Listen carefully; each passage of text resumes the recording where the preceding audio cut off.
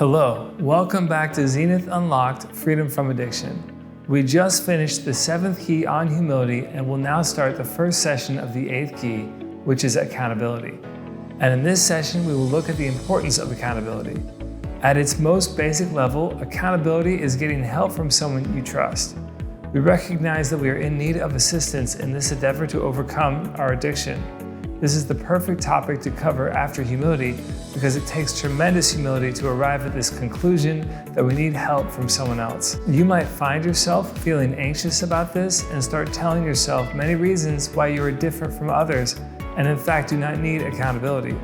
I understand this thought process. I know I have utilized this way of thinking many times as well.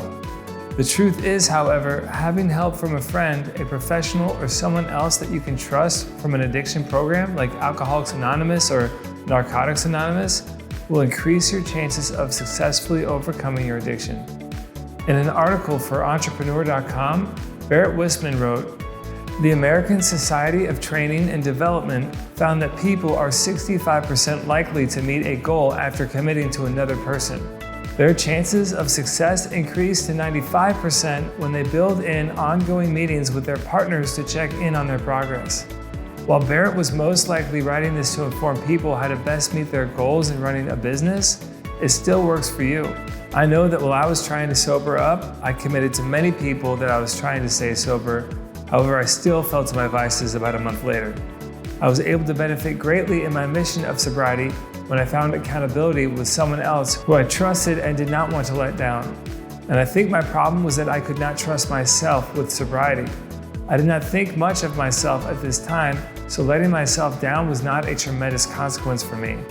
I'm the type of person who will much more likely to be willing to put forth effort for someone else than I would be for myself. And this is the first reason why accountability is so important. We are less likely to let someone else down.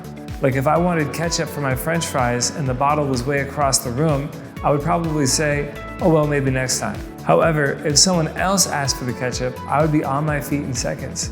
It would be no problem helping them out. The fact that someone else is involved motivates me more, not because I hate myself, but because I hate to let them down. I hate leaving that person hanging. And some might say, no, you have to get sober for yourself. Quitting your addiction has to be something you do for you. And maybe that might be good for those people, and if it is good for you, then by all means. But I could not get sober and clean without knowing that I had to report to someone. It is weird, but having someone else to report to keeps us from rationalizing our addictions and giving into them.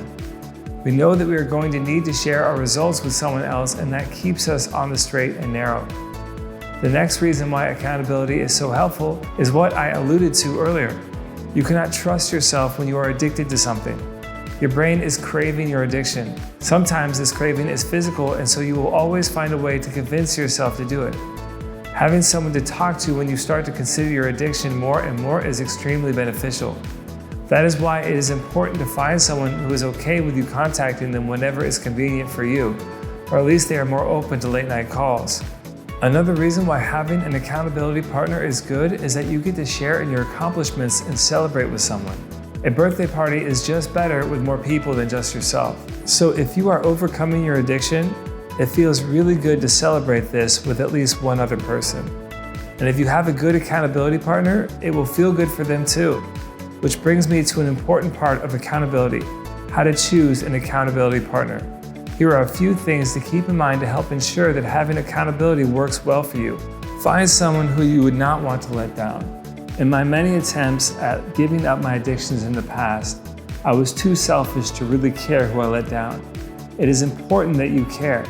Find someone who you would not want to disappoint, and your chances of success will increase. The next tip for finding an accountability partner is to find someone who is available. I mentioned this earlier, but it will be much harder to be held accountable or find support if you can never get a hold of your accountability partner. Finally, find someone you can trust. This is important because you want to be able to be vulnerable and open with the person you're talking with about your struggle. If you do not feel totally comfortable with them, then your chances of success will decline.